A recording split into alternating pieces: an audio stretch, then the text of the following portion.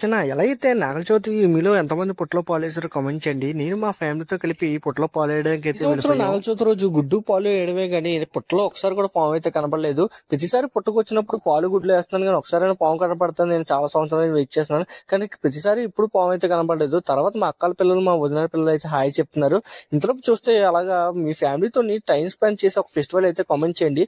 మా ఫ్యామిలీలో అయితే మేము ఎప్పుడు నాగల చవితి రోజు ప్రతిసారి ఫ్యామిలీ మొత్తం అందరూ కలిసి పుట్టలో పాలు వేయడానికి అయితే వెళ్తాం. మా చేలోకి నీటికి అయితే మా అన్ని అయితే బాంబులు అయితే తెచ్చారు. ఈ పుట్ట దగ్గర పాము రావడానికి కష్టం అంటే మా పెద్దలు అయితే స్విచ్ బుట్టు బాంబులు అయితే పెట్టేసారు. చూస్తే మా అక్కల పిల్లలు మా వదిన పిల్లలు అలా ఫోన్ లో గేమ్ ఆడుతూనే ఉన్నారు. ఈ కాలం పిల్లలకి ఫోన్లు బాగా ఎడిట్ అయిపోయారు. పక్కన మా అన్ని అయితే బాంబులు లక్ష్మీ బాంబులు అయితే కాల్చేస్తున్నాడు. ఇంతలోపు పాలు మిగిలి ఉంటే అలా పాలు అయితే తాగేశాను. ఇంతలోపు మా పిన్ని పులిహోర అయితే ఇచ్చేసింది. నీట్గా చిన్న స్వీట్ గా పెట్టింది. ఆ తర్వాత పులిహోర టేస్ట్ చేస్తుంటే పులిహోర టేస్ట్ చాలా బాగుంది. మార్నింగ్ 11 గంటలకు అయితే తిన్నాము. ఇలాగా పరజాల మీద అలా ఫ్యామిలీ అందరూ కూర్చొని అందరూ కలిపి ఒక దగ్గర తింటుంటే ఆ మెమరీస్ గోల్డెన్ మెమరీస్ మళ్ళీ రావు. ప్రతి సంవత్సరం అయితే మేము ఇలా కూర్చొని తింటాం. తర్వాత చిమ్ముడు అయితే టేస్ట్ చేశాను. ఇంతలో మా అక్క అబ్బాయి ఏదో చెప్పాలనుకుంటున్నాడు. Like and subscribe to my channel.